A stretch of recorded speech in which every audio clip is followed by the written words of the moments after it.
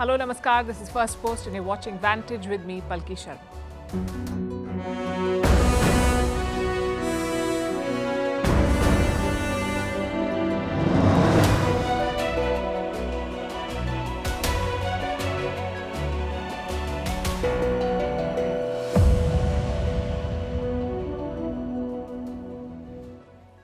China has hosted a dialogue near Arunachal Pradesh. India's neighbors were present, India was not.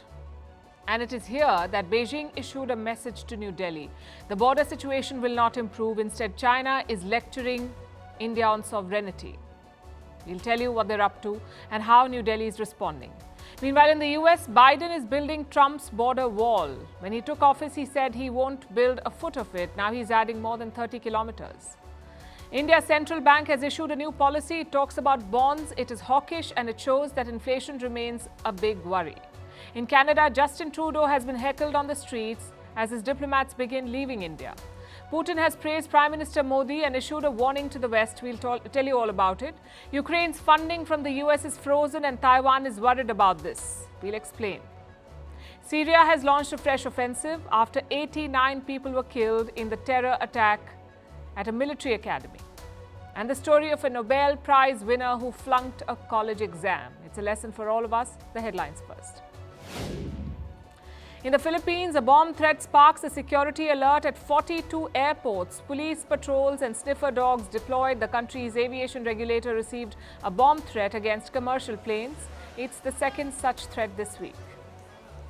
Did Imran Khan plan attacks on military installations? His aide Usman Dar claims Imran Khan masterminded the 9th May violence to remove the army chief. Former Pakistan Prime Minister Imran Khan was arrested in the month of May, following which PTI workers vandalized military buildings, including the army headquarters and the ISI building.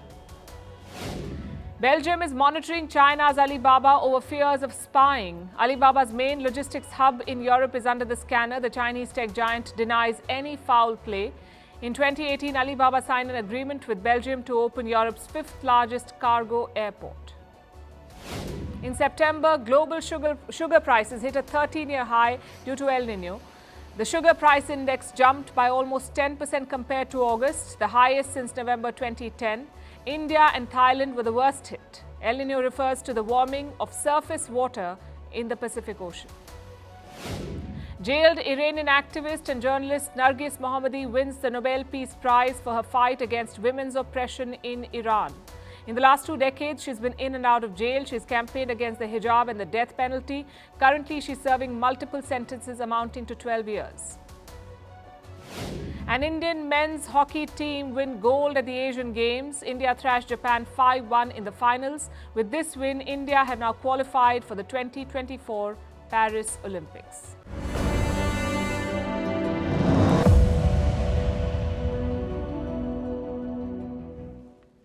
Tonight we lead with China. It's back to its old tricks, and if I may add, it's a fit candidate for Ripley's Believe It or Not. This is what Beijing did. First, it claimed that there is a consensus on the border. Then it hosted an event near the Indian state of Arunachal Pradesh, and then China lectured the world on sovereignty. Leading the charge was their top diplomat, Foreign Minister Wang Yi. He says countries should respect territorial integrity. Couldn't agree more. He should tell this to his boss. Why does Xi Jinping not respect India's sovereignty? Of course, he did not talk about it.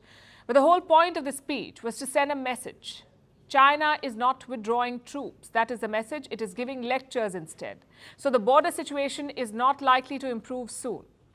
Wang Yi did not name India, but his choice of venue and words made it obvious. China's foreign minister was in Tibet at a place called Ningchi. Ningchi is barely 160 kilometers from the border with India, from India's Arunachal Pradesh. And what was China doing there? Holding talks with neighbors. They called it the Third Trans-Himalayan Dialogue. Except India, all key neighbors of China participated in the dialogue. The attendees included Nepal, Pakistan, Afghanistan and Mongolia. All these countries sent their officials. Did New Delhi get an invite for this? Well, we don't know. But India has never participated at this forum. The previous 2 dialogues happened in 2018 and 2019. India was not there. And even if Beijing were to ask nicely, New Delhi had no reason to show up. Because Ningchi has history. It is the hub for provocations related to India. It is strategically located right next to the Indian border. Ningxi is an old military town. But in recent years, it has gained more importance. The Chinese military is adding assets here. The PLA keeps its mountain brigades in this town, and experts say Beijing is building more infrastructure here. It is adding highways and rail facilities. It is upgrading airports. Let me give you an example. In 2021, China completed a road and tunnel system. It connected Ningxi to Medong County. Medong County is a remote area, but it sits on the India-China border. And Beijing has been building more roads and tunnels like these. The idea is to reduce travel time to improve connectivity from Chinese bases to the border with India. In fact, I have some numbers. Earlier, the distance from Ningxi to the border was more than 300 kilometers. But with the new roads and tunnels, it is almost halved to less than 180 kilometers. Travel time has been reduced by 8 hours. Recently, Xi Jinping visited this region, to Ningxi in particular, and he praised the border guard battalion here. The Chinese president said they're doing a quote-unquote great job in guarding the border region. So when Wang Yi talks about the border, he's obviously sending a message to Delhi. We have his full statement. And this is what he said: "We must adhere to mutual respect and trust, jointly maintain regional unity and respect each other's sovereignty and territorial integrity." Now, if you followed recent events, you know what Beijing is getting at. China claims almost the entire state of Arunachal Pradesh. They say it's theirs. And this claim has no basis in history or fact. The international community does not recognize China's claims, but Beijing still chooses to assert them. And recently, it has doubled down. In the month of April, the Chinese government released a list. It assigned Chinese names to areas in Arunachal Pradesh, and this was not a first. Beijing marks some territories in Arunachal and gives them what it calls standardized names. It has released 3 such lists so far, at least 3. In 2017, in 2021, and then again in 2023, this year. And renaming territories is just one tactic. Beijing also releases incorrect maps. The latest one came in August. It showed Arunachal Pradesh within China's borders. They call it South Tibet. And the third tactic is to issue staple visas. Beijing does it for Indians from certain regions like Kashmir and Arunachal. It's their way of conveying that these are not Indian territories. Before the Asian Games, China targeted athletes from Arunachal. They were given staple visas so they could not compete in the Games. And they did the same in July. India protested on both occasions, but China refused to change course. China doesn't recognize the so-called Arunachal Pradesh province you mentioned. The southern Tibetan region is part of China's territory. And now we have Wang Yi's statement. The message for New Delhi is clear. Expect more of the same from Beijing. 3 years ago, China escalated border tensions in Ladakh, and now it is exerting pressure in Arunachal. India is preparing to counter the PLA on all these fronts. Last month, India sanctioned new posts. These are called Border Intelligence Posts, or BIPs. They're meant to monitor the border, track the military buildup and the transgressions, if any. These posts are manned by intelligence officials, and they're drawn from different services like the Army, the Indo-Tibetan Border Police, the Intelligence Bureau, IB, and the Research and Analysis Wing, or RAW. The exact number of these posts has been kept a secret for obvious reasons, but here's what we know. Each post will have 4 to 5 officers on duty. They'll be stationed along the line of actual control, the de facto border between India and China. And their job will be to observe and report. India is also making a major push in border infrastructure. And infra and intel are both critical if New Delhi wants to counter China. Wang Yi's statement only reinforces the need for such efforts.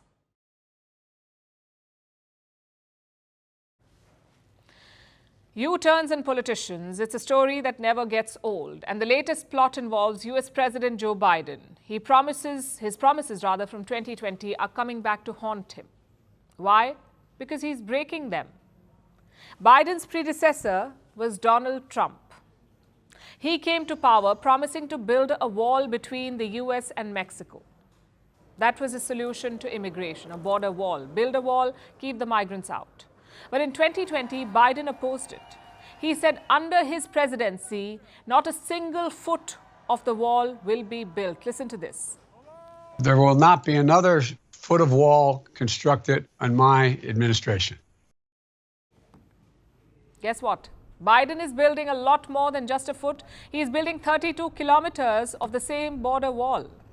That's right, Biden is building Trump's wall. The question is why? If you ask the president, it's all technical. The money for this construction had been approved in 2019. Donald Trump was president then. Biden asked the Congress to channel this money elsewhere, but the Congress said no. So legally, Biden had to build the wall. Listen to his defense. I tried to get them to reappropriate, to redirect that money. They didn't, they wouldn't. And in the meantime, there's nothing under the law other than they have to use the money for what it was appropriated. I can't stop that. Do you believe the border wall works? No. So Biden doesn't believe the wall will work, but he is building 32 kilometers of it anyway. That's American politics for you. It's amazing, really. Everything that goes wrong is the Congress's fault. Abortion rights, gun violence, funding for Ukraine, it's all because of the Congress. Why then is Joe Biden president? He himself promised to work across the aisle, to strike consensus with Republicans, and now he's putting all the blame on the Congress. It's a neat strategy.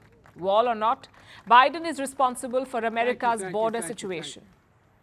Let's take a look at some numbers. In 2019, around 850,000 migrants were apprehended at the border. 850,000. That's before Biden took office. In 2021, it was 1.7 million. In 2022, it was 2.2 million. And this year, it's already crossed 2 million. What happens to these people? Some of them are deported, others leave voluntarily, and the rest apply for asylum. More than 2 million asylum requests are pending before the US government. It's basically an endless wait. Reports say around 11 million illegal migrants already live in the US. Some of them have been around for decades. So the border situation is a huge worry. Around 54% of American voters agree. They think immigration is making life harder for native-born Americans. There is a partisan split, though. Around 73% Republicans versus around 37% Democrats. Both sides are panning Biden for his U-turn. Democrats say this wall is a cruel solution. Republicans say we told you so. And Donald Trump is leading that chorus. He's asking Joe Biden to apologize for rubbishing his wall, and chances are Trump will face off against Biden next year in the presidential election. He's the front runner for president, the Republican front runner. And turns out, maybe even House Speaker. This week, the US House Speaker Kevin McCarthy was ousted. The Republicans cannot decide who to appoint next. Apparently, Trump's name has been proposed, sort of like a consensus candidate. But will the former president accept? Listen to his statement. This is what he said. They have asked me if I would take it for a short period of time for the party until they come to a conclusion. I will do it if necessary, should they not be able to make their decision. So Donald Trump is up for it. Unfortunately, the rule book is not. For starters, Trump is not a member of the Congress. But let's assume some MAGA fanboy vacates his seat. Trump then runs and enters Congress. Even then, he faces a hurdle. House Republicans are required to vacate their seats if charged with serious offenses. You don't have to be convicted. Simply being charged is enough to disqualify you. So Trump cannot hold a seat of Congress, not unless Republicans change the rules, or of course, unless Trump is declared innocent. But chances are all of this will take a lot of time. Trump faces 91 felony counts across 2 states. It's not Imran Khan level, but it's still a lot. You have to feel for the US voters then. Their choice next year could be between these 2 men. Both are old and white. One is knee-deep in criminal and civil trials. The other is stumbling from one U-turn to the next. Here in India, the central bank has dropped a surprise. That's the RBI, the Reserve Bank of India. Today, its monetary policy was announced. Most of it was along expected lines. There was no change in the interest rates. The interest rates will stay at 6.5%. So your loans and your EMIs will cost the same. Does this mean inflation has largely been controlled? Well, not really. It means the RBI is changing its strategy. Instead of interest rates, they're using something else. Bonds. Listen to Governor Shaktikanta Das. Declining core inflation is a silver line, but headline CPI inflation remains vulnerable to recurring and overlapping food price shocks. It's emphatically reiterated that the inflation target is 4% and not 2 to 6%. OMO sales will be undertaken as necessary. OMO sales will be done when necessary. That's the statement that has captured everyone's interest. So what exactly is OMO? It stands for Open Market Operations, OMO. Say the RBI sells government bonds in the open market. That's OMO. If they buy government bonds, it's the same. So what's the RBI doing now? They're planning to sell government bonds when necessary. The idea is to soak up liquidity. Let me explain how this works. Suppose the RBI thinks there is too much liquidity in the economy. Maybe the banks have too much money lying around. As a result, inflation is creeping up. Then the RBI will sell government bonds. And who will buy them? Banks or corporations or mutual funds. They buy bonds. And these purchases will take money out of the economy. So liquidity down, inflation down. That's the RBI's game plan here. And just to be clear, the central bank has already been doing this. They've been selling bonds in the open market to drain liquidity. In September, they sold bonds worth $853 million. That's around 7,100 crore rupees. So how is this announcement different? Because these bond sales will be done via an auction process. I know it sounds complicated, but the RBI basically is giving us a message. The message is this: the threat of inflation has not disappeared. A couple of reasons for that. Number one, the poor rains. India has recorded its weakest monsoon in 5 years. Consider the June to September period. Rainfall was 6% less than average. And when the monsoon fails, India's crops fail, which means food inflation, food prices go up. In August this year, overall inflation was 6.8%. But food prices were up close to 10%. Do you know what that means? Food prices could drag inflation up. And that's a worry. Reason number two is fuel. Saudi Arabia and Russia are cutting oil output. They want to keep oil prices up. The government too is aware of this problem. Recently, India's petroleum minister issued an appeal. He asked oil-producing nations to show sensitivity. In other words, to cut prices. And these two factors, food inflation and high oil prices, could worsen India's inflation. The RBI is aware of that, hence the bond sales. And how is the market responding? Sharply. Not many people saw this decision coming, plus the RBI did not give any details about the process, like how much will they sell or when will they do it. And this lack of clarity has caught the market by surprise. The government's 10-year bond registered a sharp increase. In fact, its biggest single-day jump in 14 months. The yield was 7.2% in the previous session. It closed at more than 7.3% after the announcement. What does all of this mean for the Indian economy? It means that a tricky period is coming up. The growth is still expected to be robust. The World Bank projection is a GDP growth of 6.3%. So India will be among the fastest growing major economies in the world. The RBI's projection is also thereabouts, 6.5% for this financial year, 2023-24. 6.5%. But all these reports and agencies warn of one risk, and that is inflation. You just heard the RBI governor. He said inflation target is 4%, not 2 to 6%, 4%. So don't expect the RBI to ease off the pedal. Not even if inflation falls below 6%. Their policy is still hawkish, much like every country in the world right now. Take the United States, for instance. Their central bank has been increasing interest rates since March 2022. Last month, they paused. They held the interest rate steady, but that does not mean that the pain is over. America's central bank says one more rate hike is expected this year, and if that happens, it would be the 12th hike.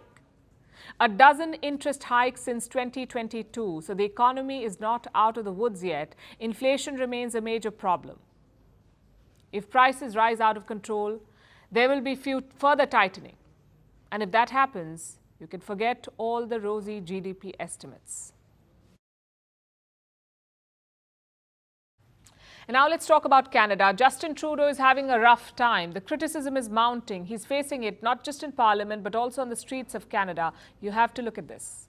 Criminal! Thank you for everything you did. Look at this friggin' buck tea, bro. Look at this buck tea. Hi. Pleasure to see you as well. Hey there, how you doing? I'm not shaking your hand, bro. You're a fucking piece of shit, man. Why is that, sir? You up the entire country. You got our buddy over there. Yeah, but how did I mess up this country? Can anybody afford a home in this day?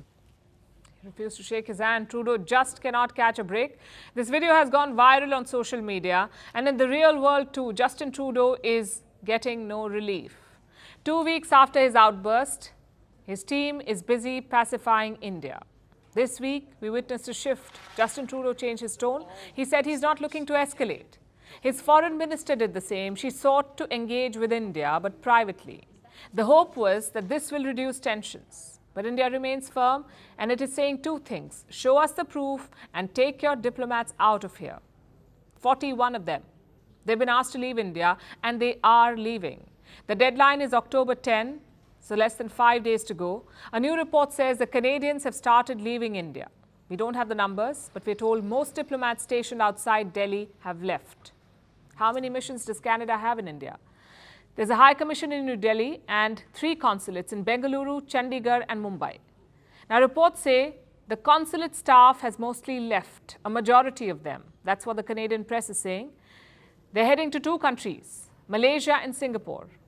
And more departures are expected in the days ahead. That's because India has asked for parity.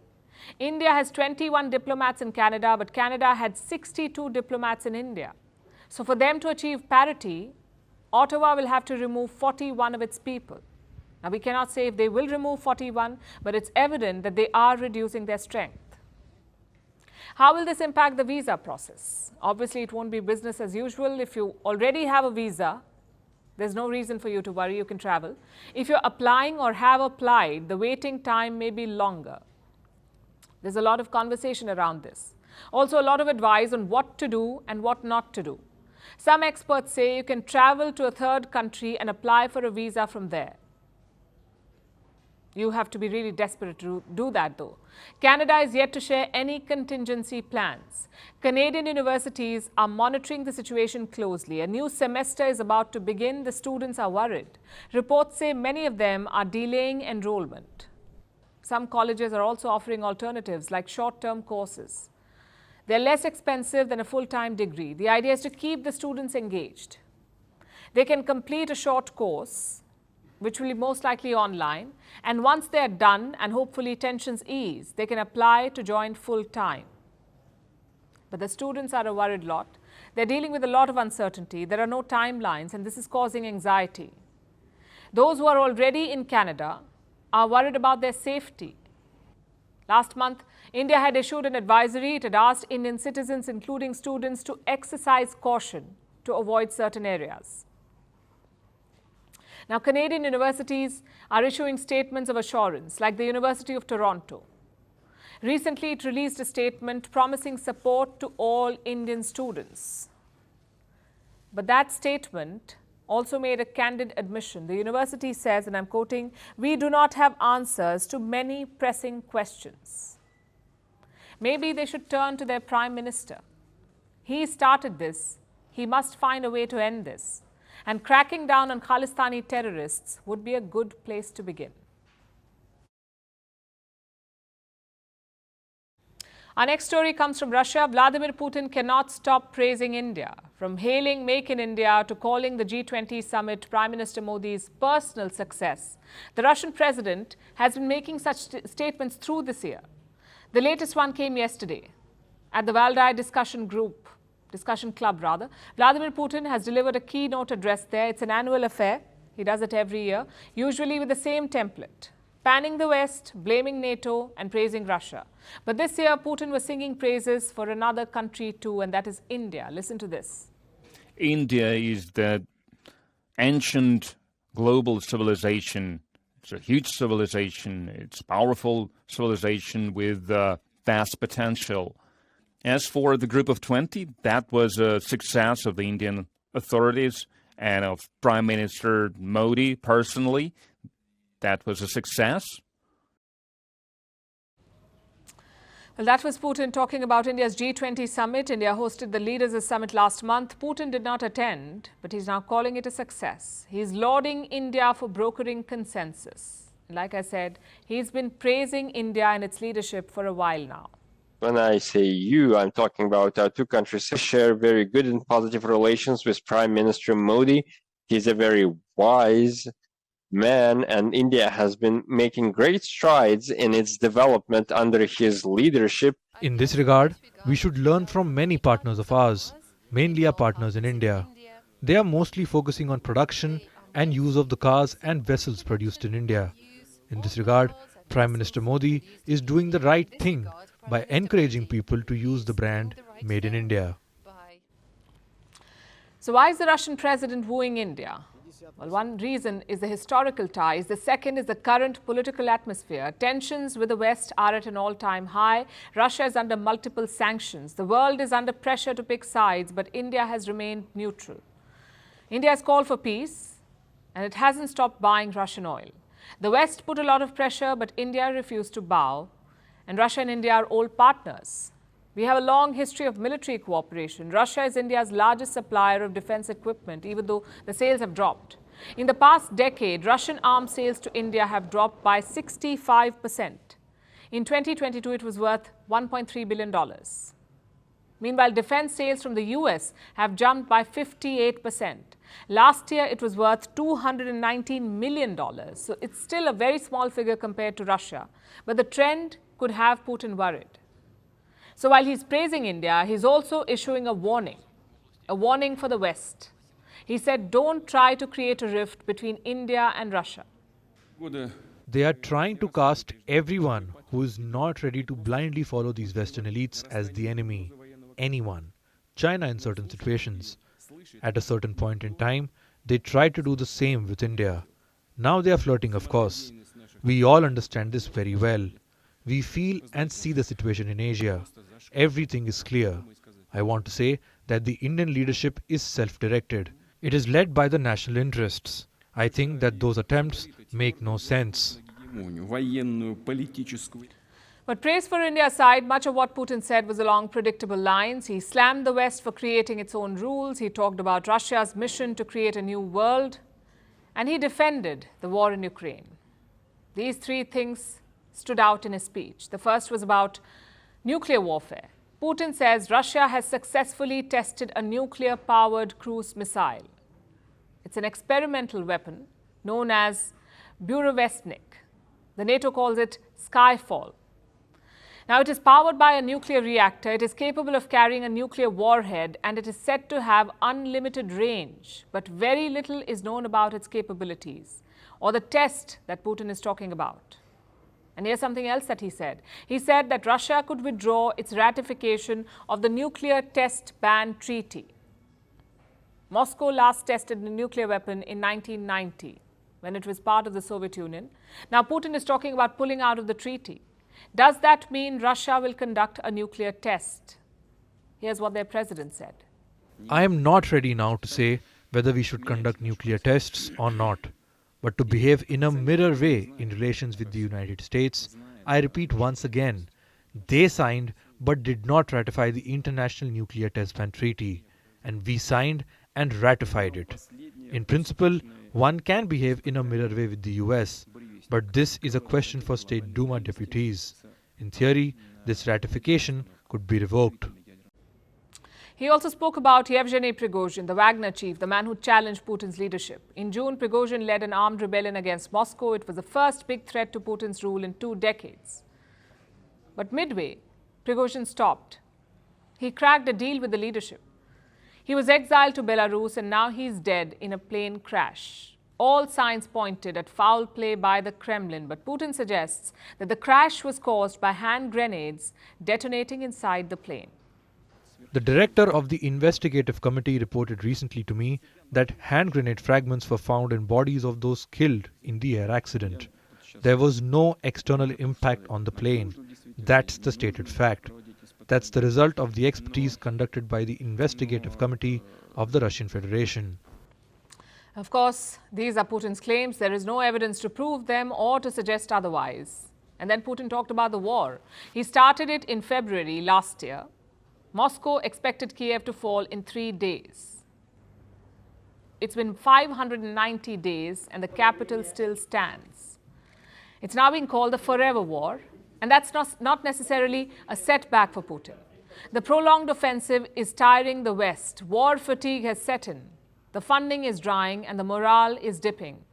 So while Putin may not be winning this war against NATO, he's not even losing it.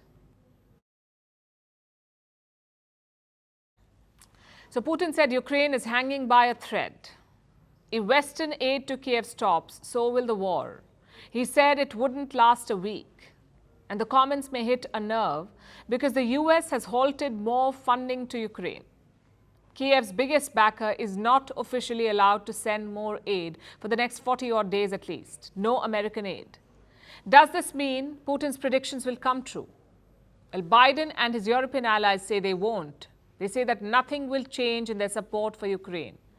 But Zelensky will be nervous. And he's not the only one who's nervous. On the other side of the world, someone else is watching all of this very closely. Taiwan. Taiwan's situation mirrors that of Ukraine. And America's domestic politics blocking funds will have raised alarms there. It throws up the question, can Taiwan rely on America if China invades? Here's our report. If one just stops it, it will all die in a week. The same applies to the defense system. Just imagine, the aid stops tomorrow. It will live only for a week, when they run out of ammo. So, the situation with the United States is dangerous. It does worry me, but I know there are a majority of members of the House and Senate in both parties who have said that they support funding Ukraine. With your, I'm going to be announcing very shortly a major speech I'm going to make on this issue and why it's critically important for the United States and our allies that we keep our commitment. That is the latest round of developments in the Ukraine war in a nutshell. Putin says Ukraine won't last a week without aid. Zelensky is worried about the political situation in the US, and Biden is scrambling to find new ways to fund Kyiv. The US president is preparing a big speech to convince his country to send more money. He's also looking at alternative means of funding, like using State Department grants. American officials reportedly think that Ukraine will falter if it doesn't get aid in a few weeks. It's a precarious situation, and how this plays out may affect more than just Ukraine's future. In the Pacific, another state with a dangerous neighbor is keenly watching all this unfold: Taiwan. When the war started, many people, just like the people here in Taiwan, are looking at the war taking place in front of them. They are watching the videos of the war destructions and atrocities of this democracy called Ukraine. And then they look around and say, where is the next possible target of an authoritarian expansionism? And then they realize that Taiwan might be the next one. And they look at the Chinese track record of threatening Taiwan. Taiwan is self-governed, and it wants to stay that way.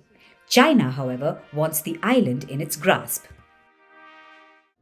In recent years, it has become increasingly aggressive around the Taiwan Strait.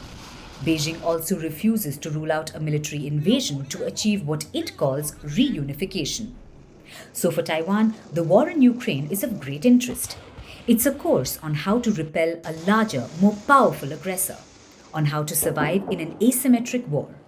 Ukraine was supposed to have fallen in days, but it's been about 20 months and Kyiv still stands. It has lost thousands of soldiers and territory along the way, but it continues to try and push Russia out. Even if it hasn't been too successful, Ukraine hasn't given up.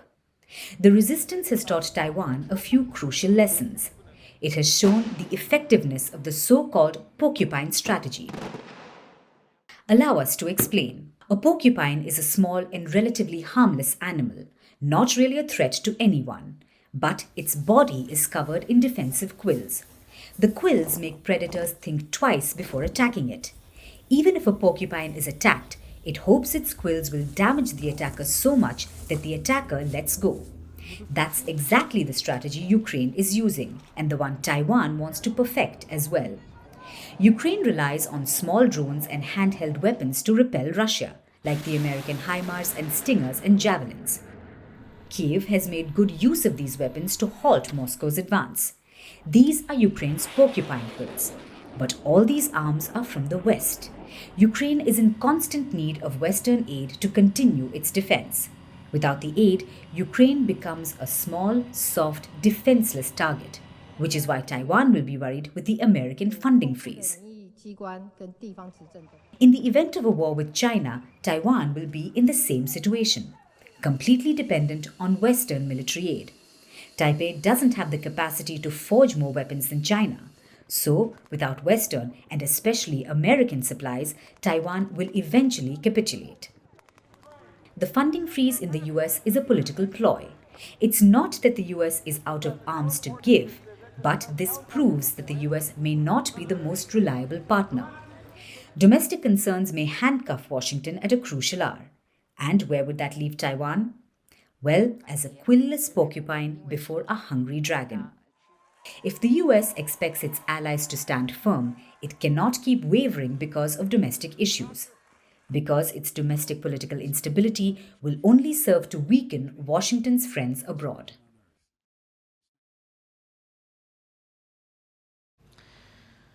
Alliances are shifting in the Caucasus. Russia is on the brink of losing its longtime ally Armenia, and guess who's replacing them? Russia's rival, Europe. Some background first here.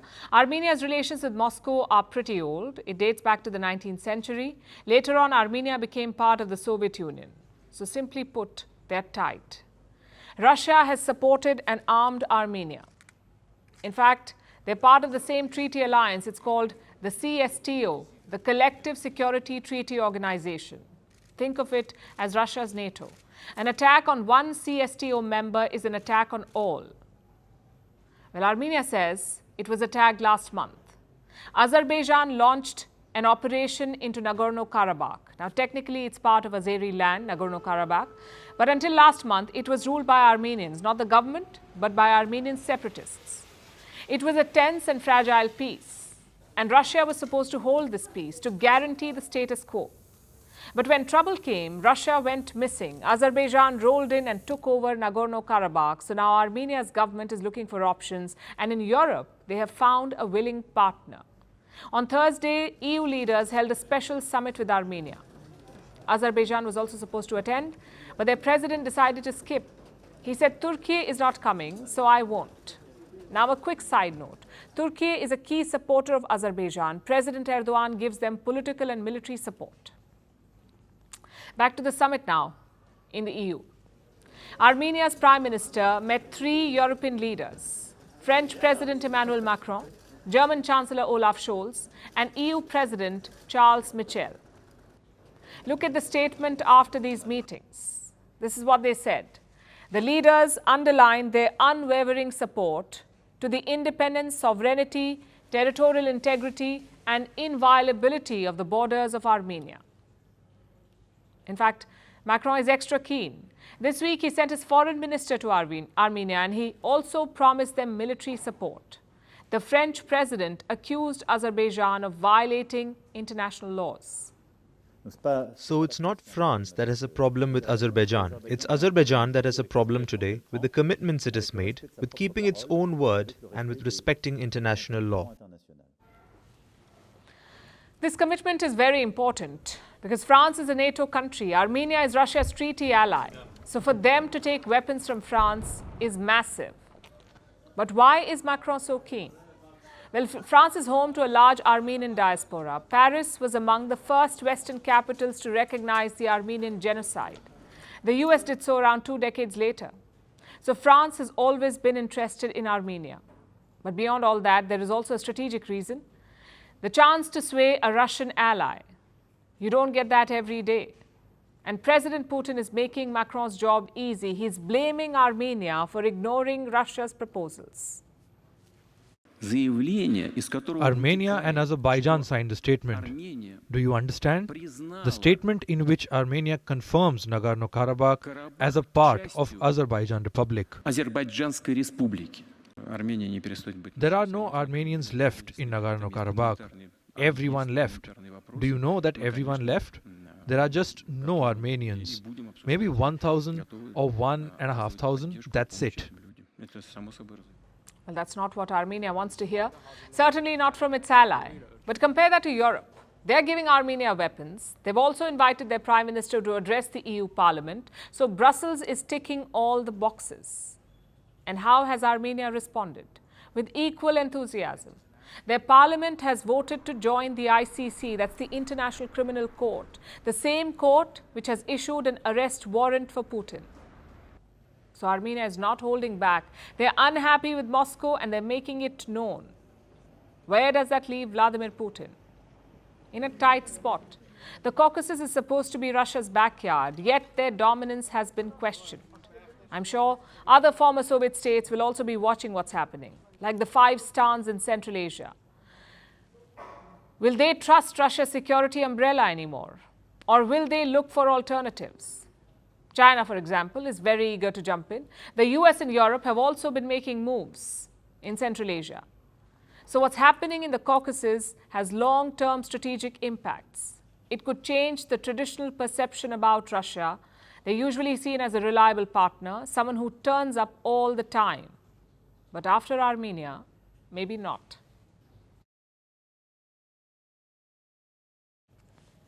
And now let's turn our attention to nearby West Asia. Syria is once again in mourning. Its government just saw one of its deadliest attacks in years. Yesterday, a drone strike took place at a military academy. It was during a military graduation ceremony. At least 89 people have been killed. More than 270 are injured. Newly graduated troops and their families are among the victims. And Syria's defense minister barely escaped. He left the venue just minutes before the drone strike. Damascus blames terrorists for this attack, and it has begun to retaliate. The Syrian government is bombarding rebel-held territory in the country's northwest. This risks reigniting a conflict that has been relatively calm for about 3 years. Here's a report. Yesterday was supposed to be a day of celebration. A graduation ceremony was taking place in the city of Homs in western Syria. Newly minted soldiers preparing to join the army of Syrian President Bashar al-Assad. Their parents were there to see them march about in their brand new uniforms. But before they could join Assad's long war, the war came to them. A drone attack wreaked havoc at the academy. Dozens of new troops and their family members were killed.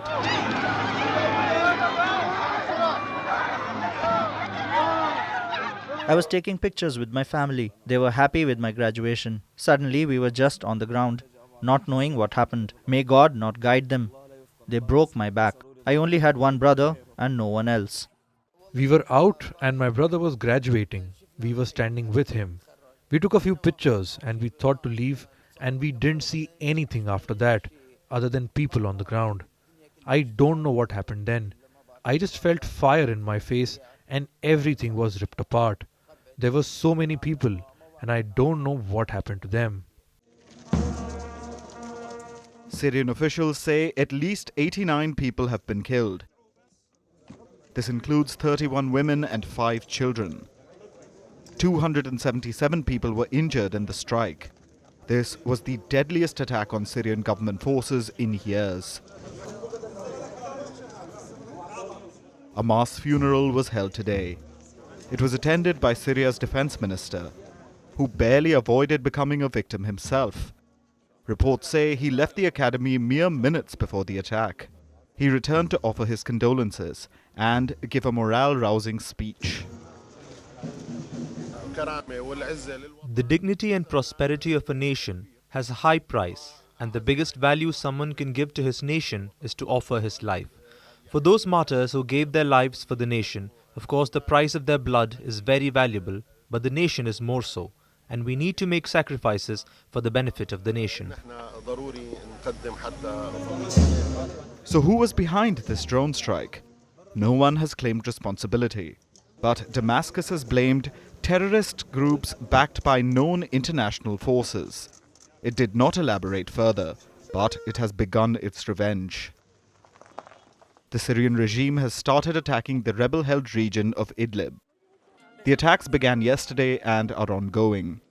There have been reports of civilian casualties. There was a bombing at 11 o'clock at night on the city of Dar Izzah, and shortly after, casualties began arriving at our hospital. The number of injuries was 15 to 20, including critical cases. We transferred 2 or 3 cases to the surgical department. Idlib is to the north of the city of Homs, and it's one of the last places controlled by anti-Assad rebels. There's been a tenuous peace in the region for the last 3 years. A ceasefire was brokered by Russia and Turkey in March 2020. That brought an end to some of the worst fighting in Syria. But that fragile calm seems to have shattered. Idlib is in the government's crosshairs once again. The Syrian civil war is in its 13th year. It began in 2011 with pro-democracy protests against President Bashar al-Assad. He responded with brutality, sparking the conflict. The war has taken over 500,000 lives. It has left about 13 million people displaced. The latest attack and the government's retaliation risk reopening the wounds of war. Unless cooler heads prevail, Syria may erupt in violence once again.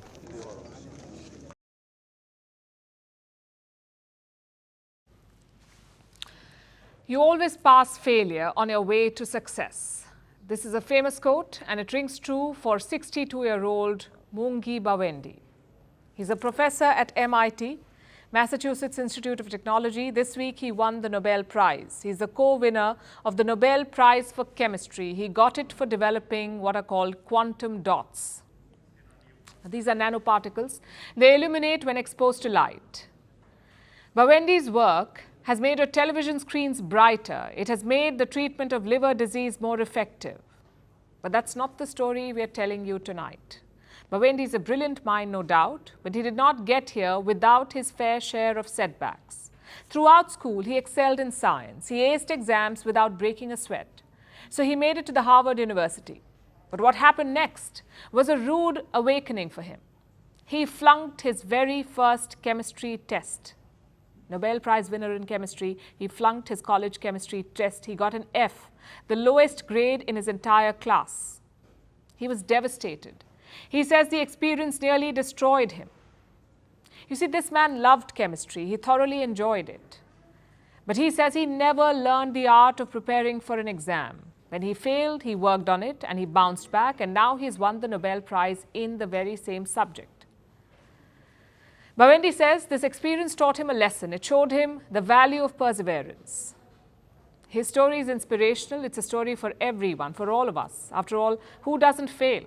We've all been there. Most of us have tanked a test, flopped on a big presentation, or failed a diet.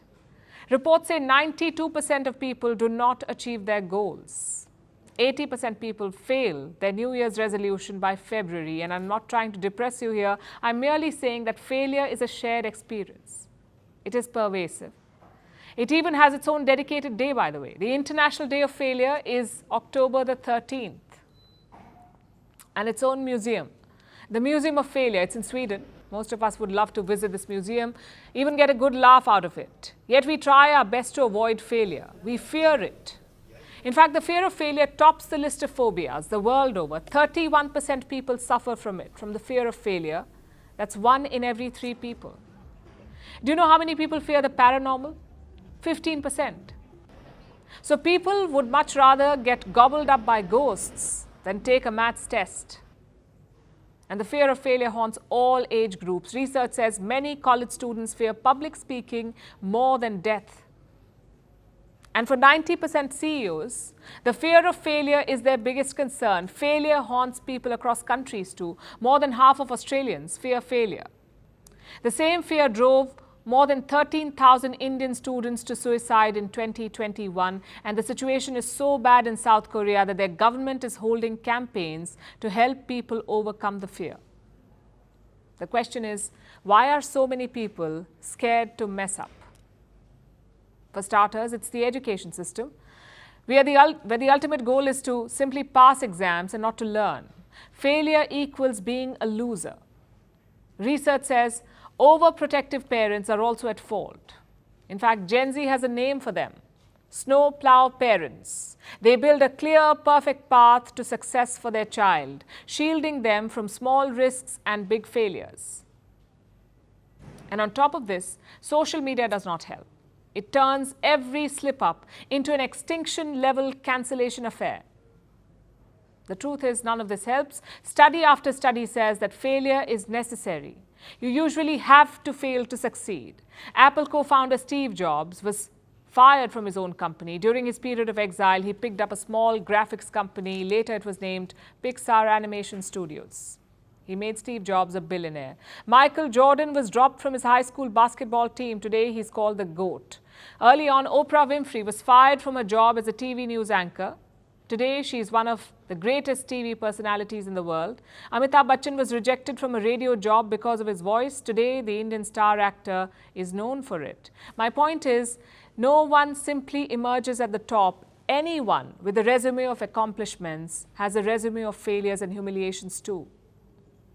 The fear of failure is important, yes, especially for people with dangerous jobs like paratroopers or bomb diffusers, because for them, failure can have dire consequences. It's the difference between life and death. So how do they, much like anyone, tame their fear? By tapping into their reserves of courage. After all, to fail is human, but to rebuild oneself after it is an act of courage. And now it's time for Vantage Shots, images that tell the story. Western Europe's highest peak, Mont Blanc, is shrinking as warmer summers melt snow peaks. In Argentina, Cirque du Soleil opens its new show in honor of football superstar Lionel Messi. And in Russia, 2 young snow leopards found a new toy as they played with a camera trap hidden to film them. And finally, we're taking you back in history. On this day in 1973, war erupted in West Asia. Egypt and Syria launched a surprise attack on Israel during the Yom Kippur holiday. After 3 weeks of fighting, an Egyptian-Israeli ceasefire was secured by the United Nations. We're leaving you on that note. Thanks for watching. Have a great weekend.